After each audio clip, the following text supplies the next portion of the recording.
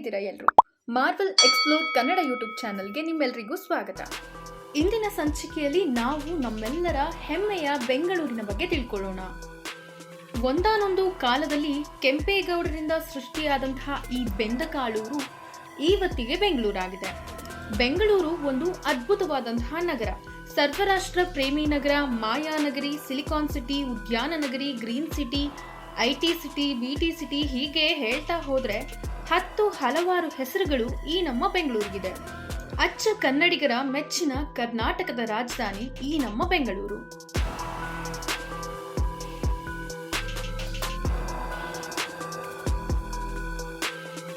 ಸಮುದ್ರ ಮಟ್ಟಕ್ಕಿಂತ 3000 ಅಡಿ ಎತ್ತರದಲ್ಲಿದೆ ಈ ನಮ್ಮ ಬೆಂಗಳೂರು. ಯಾವುದೇ ಕಾಲದಲ್ಲಾಗ್ಲಿ ನಮ್ಮ ಬೆಂಗಳೂರಿನ ವೆದರ್ ಮಾತ್ರ ತುಂಬಾನೇ ಚೆನ್ನಾಗಿರುತ್ತೆ. ಇದೇ ಕಾರಣಕ್ಕೆ ಬೇರೆ ರಾಜ್ಯದಿಂದ ಹಲವಾರು ಜನ ಇಲ್ಲಿಗೆ ವಲಸೆಗೆ ಬರ್ತಾ ಇದ್ದಾರೆ, ಕೆಲಸ ಹುಡ್ಕೊಳ್ತಾ ಇದ್ದಾರೆ, ಹಾಗೆ ಇಲ್ಲೇ ನೆಲೆಯೂರ್ತಾ ಇದ್ದಾರೆ. ಬೆಂಗಳೂರು ಅಂದಿದ ತಕ್ಷಣ ನೆನಪಾಗೋದು ಬಹಳಷ್ಟು ಪ್ರವಾಸಿ ತಾಣಗಳು. ಇದಿಷ್ಟೇ ಅಲ್ಲದೆ ಮಾಲ್ ಮತ್ತು ರೆಸಾರ್ಟ್ಗಳಿಗೇನು ನಮ್ಮ ಬೆಂಗಳೂರು ಕಮ್ಮಿ ಇಲ್ಲ. ಇದೆಲ್ಲದಕ್ಕಿಂತ ಹೆಚ್ಚಾಗಿ ಬೆಂಗಳೂರು ಯಾಕಿಷ್ಟು ಫೇಮಸ್ ತಿಳ್ಕೋಬೇಕಾ? ಈ ವಿಡಿಯೋದಲ್ಲಿ ಸಂಪೂರ್ಣ ಮಾಹಿತಿಯನ್ನ ಕೊಡ್ತೀನಿ. ವಿಡಿಯೋನ ಸ್ಕಿಪ್ ಮಾಡದೆ ಕೊನೆವರೆಗೂ ನೋಡಿ. ಭಾರತದ ಅತಿ ದೊಡ್ಡ 4ನೇ ನಗರ ಈ ನಮ್ಮ ಬೆಂಗಳೂರು.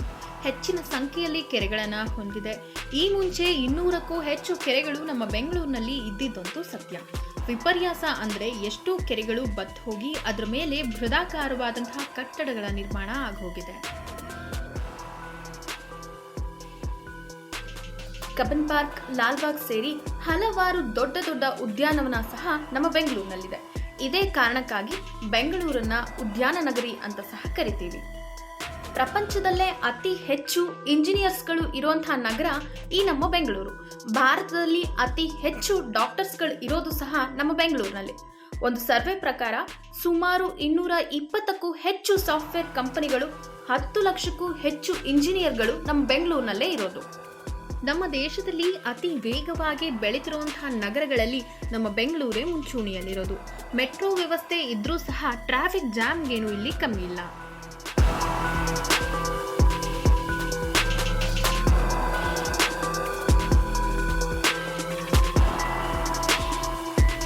ಕೇವಲ ಭಾರತ ಅಷ್ಟೇ ಅಲ್ಲ, ಏಷ್ಯಾದ ಸಿಲಿಕಾನ್ ವ್ಯಾಲಿ ಅನ್ನೋಷ್ಟು ಬೆಂಗಳೂರು ಬೆಳೆದು ನಿಂತಿದೆ.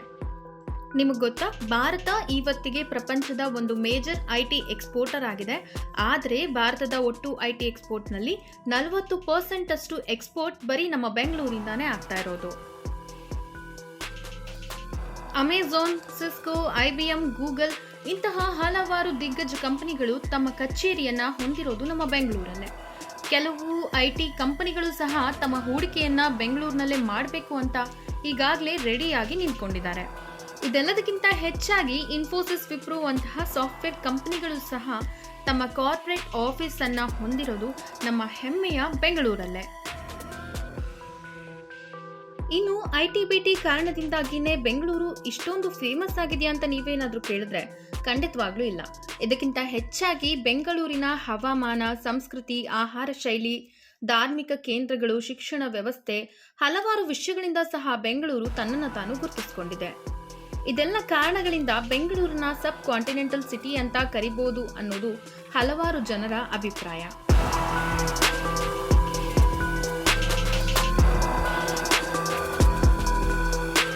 ಇನ್ನು ಸಾಹಿತ್ಯ ಸಂಗೀತ ಕ್ಷೇತ್ರಕ್ಕೆ ಬೆಂಗಳೂರು ಪ್ರಮುಖ ಸ್ಥಾನವನ್ನ ಈಗಿಂದ ಅಲ್ಲ, ಮೊದಲಿಂದನೂ ಸಹ ನೀಡ್ತಾನೆ ಬಂದಿದೆ.